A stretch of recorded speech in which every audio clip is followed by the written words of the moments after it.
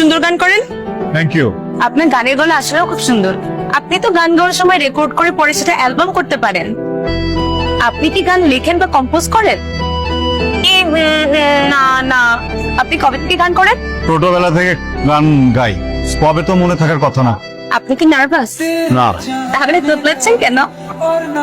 আপনি এখানেও আসেন? ও নাইস। কালকে আপনি এভাবে বের হয়ে গেলেন কেন? হঠাৎ করে একটা ইম্পর্টেন্ট কল চলে আসছিল তো। আমার কি মনে হয় জানেন? আমার মনে হয় আপনি আমাকে দেখে ভয় পেয়ে চলতেছেন। আমার চেহারা কি খুব খারাপ? আমি কি দেখতে রাক্ষসের মতো, গোল্ডিগারের মতো দেখতে? আমাকে দেখলে কি আপনার এক্সের কথা মনে পড়ে? তোতলান কেন তাইলে? মেজাজটা খুব খারাপ। আমাদের ক্যাম্পাসে একটা সিনিয়র আছে না, লম্বা চূড়া, সুন্দর করে দেখতে, গান গায়।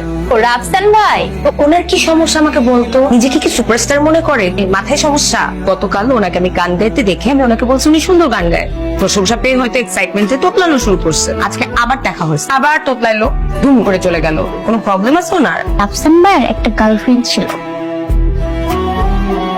দেখতে দেখতে আমাদের সম্পর্ক 3 বছর কেটে গেল, আমরা টেরই পেলাম না। আচ্ছা, আমাদের পড়াশোনার তো আর 2 বছর বাকি, তাই না? চিন্তা করতেছি কি এর মধ্যে মাকে তোমার কথাটা বলে দেবো। আশায় ছেলে দেখতেছে, এর মধ্যে যদি মা কোনো ছেলেকে পছন্দ করে ফেলে তাহলে কিন্তু আমি ঝামেলায় পড়ে যাবো।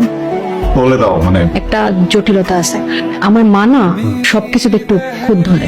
তাহলে কোনো সমস্যা নেই, আমার তো কোনো উত নাই, বুঝছো না? মা যদি দেখে যে তুমি একটু তোতলাও, বাবু আমি তোমাকে তোতলা বলতেছি না, এটা তো সত্যি না যে তুমি কথা বলার সময় একটু তোতলাও। সত্যি মানে কি? দেখতে খারাপ না, পরিবার খারাপ, সমস্যাটা তাহলে কোন জায়গায়? তোমার মা কোন দেশের প্রাইম মিনিস্টার যে আমার কি করবে? দেখো বাবু, আমি তোমাকে রিকোয়েস্ট করতেছি, মাকে নিয়ে কোনো আজে বাজে কথা বলবে না। তুমি যদি আর একটা বাজে কথা বলো তাহলে তোমার সাথে আমার সম্পর্ক থাকবে না। কিসের সম্পর্কের কথা তুমি বলতেছ?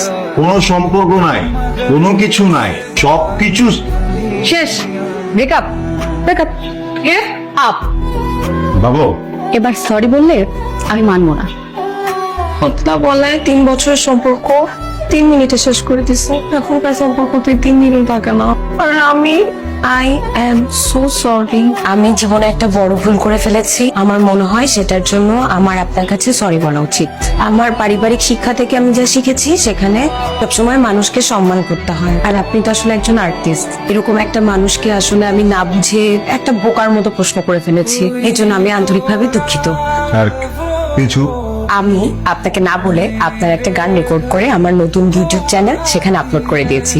আর তারপর আমার ইউটিউব চ্যানেল মনিটাইজেশন পেয়েছে। আসলে হ্যাঁ,